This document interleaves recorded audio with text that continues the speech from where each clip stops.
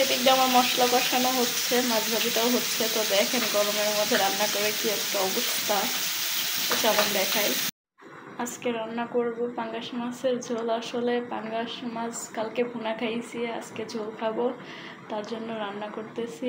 চলেন দেখাই কিভাবে রান্না করি। ওই যে বললাম মেয়েরা সংসারে আসলে স্যাক্রিফাইস করতে শিখে। এই যে আমার ঝোল খাইতে ইচ্ছা করছে, আসলে বেগুন নাই, ফ্রিজে একটাই ছিল, সেটাই একটা কেটে ঝোল রান্না করার জন্য রেডি করে নিচ্ছি।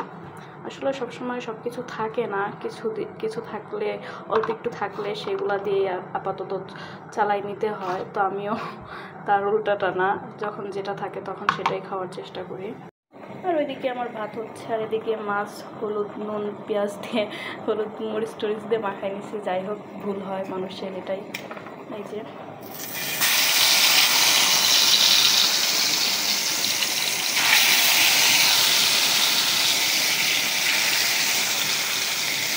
পাঙ্গাস মাছটা ভেজে রান্নলে হয় কি, মানে ভাল লাগে আর কি, বেশি ভাল লাগে। যেহেতু এটা পাঙ্গাস মাছ, ভেজে রান্না করলেও বেশি ভাল লাগে।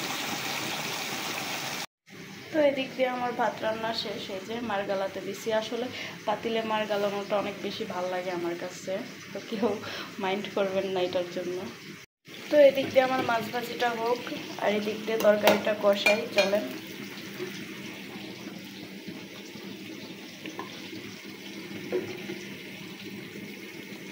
এই যে আমি একটা মশলা বানাই নিই, পেঁয়াজ আদা রসুন বাটা হলুদ মরিচের ফাঁকি সব কিছুই আর কি এখানে মিক্সার করা আছে।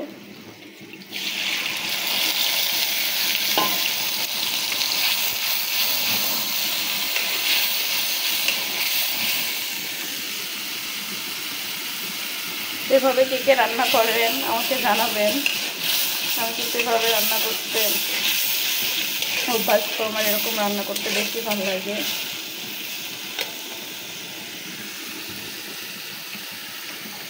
মশলাটা কষাই, দেখতে থাকেন।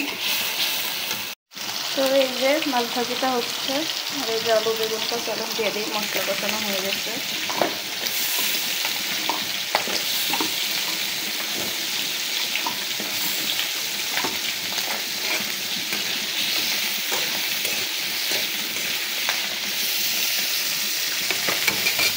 তো এই যে আমার তরকারিটা কষাচ্ছি, আসলে ভালো করে কষিয়ে রান্না করলে একটু বেশি ভালো লাগে।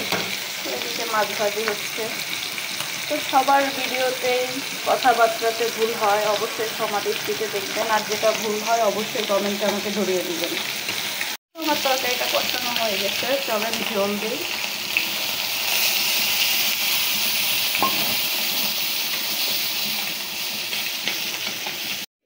তো দেখি চলেন তরকারিটা কতদূর হইল। অনেকটাই ঝোল শুকাই গেছে। এখন মাছ দিয়ে দিই তরকারিটা। চলেন। এই যে মাছ ভাজি হয়ে গেছে।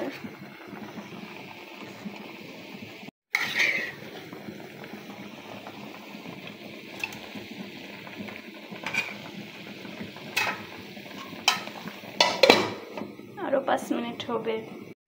তো ফাইনালি আমার রান্না শেষ, চলেন দেখাই।